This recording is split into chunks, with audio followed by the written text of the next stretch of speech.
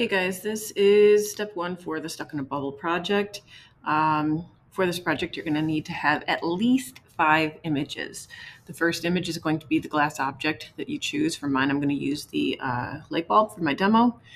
But there are other ones that I've provided for you on Teams. So there is a bubble. It's like a glass crystal ball type of thing. There is a perfume bottle. There is a glass bottle. 2 different types of hourglasses, one with the sand coming down and one with the sand already at the bottom. And then this light bulb right here is at the bottom. If you choose to use one of these, you click on the 3 dots next to that and you go to download. In Photoshop, I have up my glass object that I'm going to use. Get rid of my timeline. So there's my glass object, and for the end of before you finish step 1, you're also going to need to put a landscape in here. So I have a second image already up here for my landscape. So the first thing I'm going to do is I'm going to start a new document. Even though I have these open right here, I don't want to start my project from these. You want to make sure that we have a high resolution project started to match the high resolution that we have in the images here. So I'm going to go to File, New. If you're using something that like the glass bottle or the bubble or anything that is more horizontal, like I'm using the light bulb, you're going to want your dimensions to be 1280 for your width, making sure you are on pixels, not inches, and 720 for your height. Resolution, we want to have high so it matches the images that are coming from unsplash.com. And then you would hit create. Doesn't matter what color background. If you were doing something like the hourglass, you're going to want to flip these numbers. So 720 would go for your width, 1280 would go for your height, and everything else would remain the same. So I have my new document. I want to create a gradient color for my background that matches the mood and theme that I'm going with. Now you can see that my background image is a desert, so that's kind of the theme I'm going with. So I'm going to come down to this new adjustments tool. That's that circle that looks like it's half filled in. And I'm going to select gradient. The reason why I'm using the new adjustment tool instead of using my gradient tool over here is because you can see that it creates its own layer for it. That means I can change my gradient layer later if I choose to. Once your window comes up, you're going to click on the arrow next to the gradient. And underneath all of these are different types of gradients that you can use.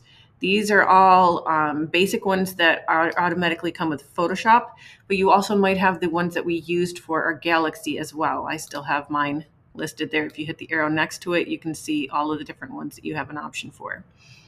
All right, desert theme, I'm going to go with oranges and maybe this one right here. That looks good to me, except I don't want it quite this bright in my face. So I'm going to change my gradient a little bit.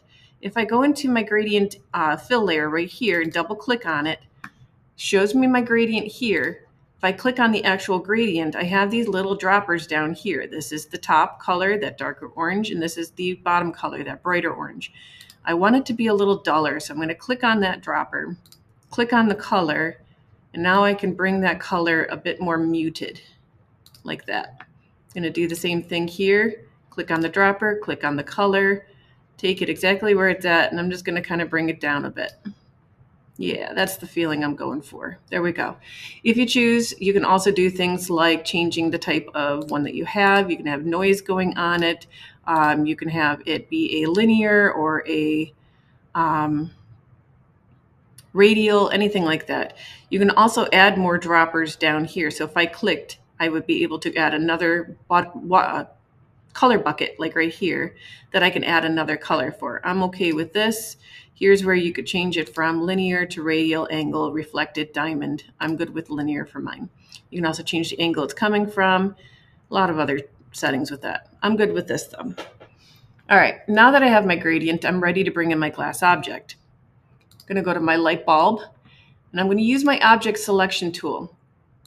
Now you're going to see if I click, hover over the light bulb, it's not really selecting it. If I go to the edge, it'll just take the edge, but it doesn't take the bottom part too. So what I'm going to do is I'm going to click on the outside background layer, and then I'm going to invert my selection by going Command, Shift, and I. Now you can see the light bulb is just selected. Use my Move tool. I'm going to move it into my project. It's gonna be huge. I'm gonna zoom out. With new Photoshop, we don't have to hit transform already because it comes in place like that, so I can transform it right from there. I'm going to rotate it because I want it to match up with the type of platform that I have. Hit Command 0 to bring it up. Now with it, because it's a light bulb and it looks kind of funky the way it's resting, I want to create a guideline so I can see if there was a table right here. I want to make sure that it lines up right.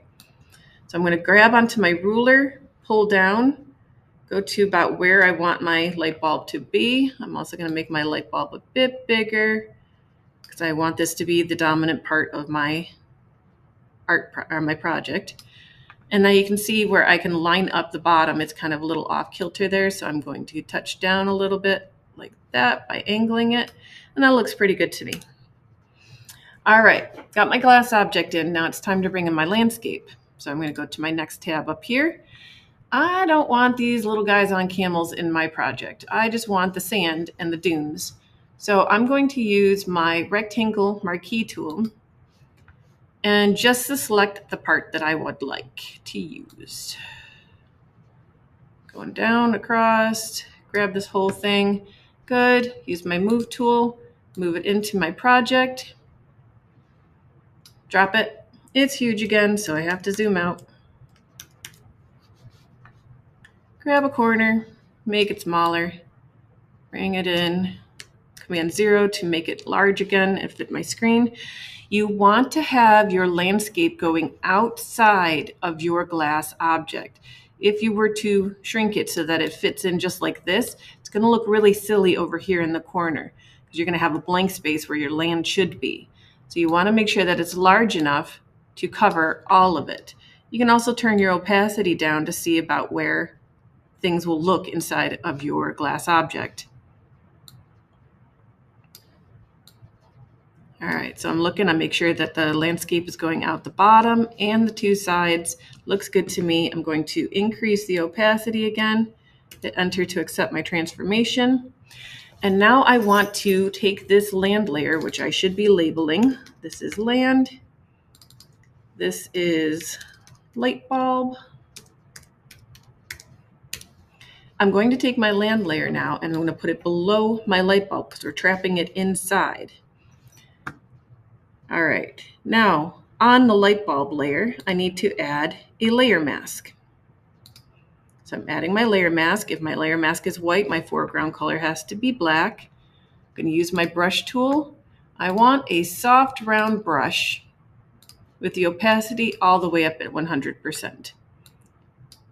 This is how we can bring it back into our project.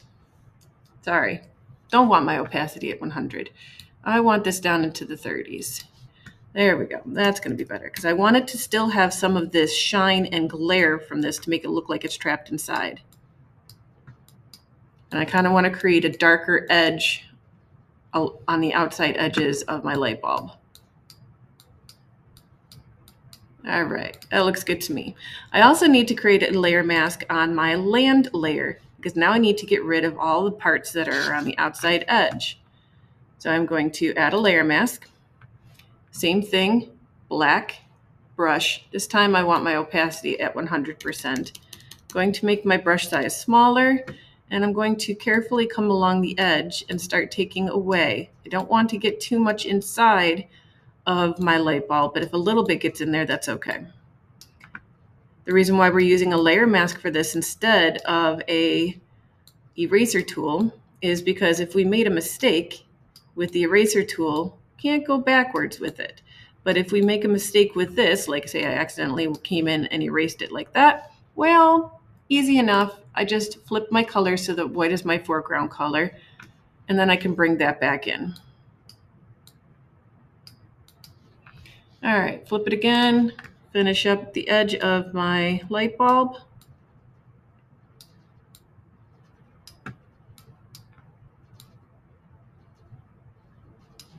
Come up to the top. All right, and that's the end for step 1. You just save it and move on. Next steps, we're going to be adding the sky, your main subject, and your detail image.